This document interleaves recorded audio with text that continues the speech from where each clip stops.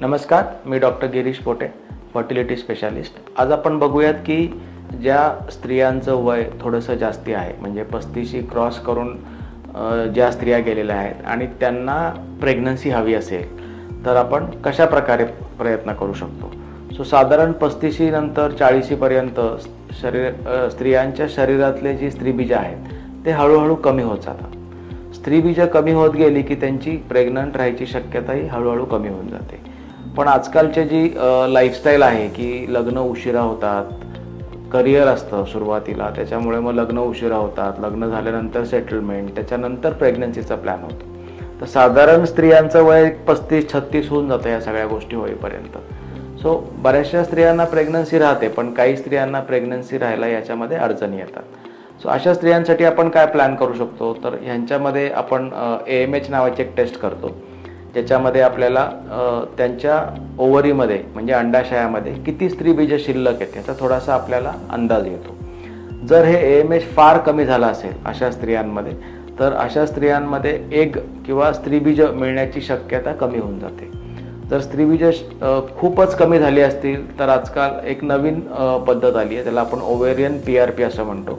ह्याच्यामध्ये आपण काय करतो की स्त्रीच्या शरीरातलं काही रक्त काढून घेतो आणि त्याच्यातनं आपण प्लेटलेट रिच प्लाझ्मा वेगळा करतो। म्हणजे लाल पेशी जर आपण सेपरेट केल्या तर साधारण आपण एक प्लेटलेट रिच प्लाझ्मा वेगळा करतो।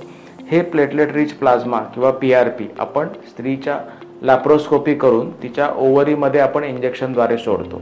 ह्याच्यामुळे काय होतं, जे काही थोडेफार स्त्रीबीज ओव्हरीमध्ये आहेत ते थोडेसे ॲक्टिवेट होतात आणि ते आपल्या ट्रीटमेंटला दाद देऊन त्याची वाढ होते आणि मग त्याच्यापासून आपण गर्भ बनवू शकतो आणि त्याच्यापासून तिला स्वतःच्या स्त्रीबीजापासून बाळ मिळू शकतं। अशा काही वेगवेगळ्या गोष्टी आहेत ज्याच्यामुळे आपण त्यांना मदत करू शकतो।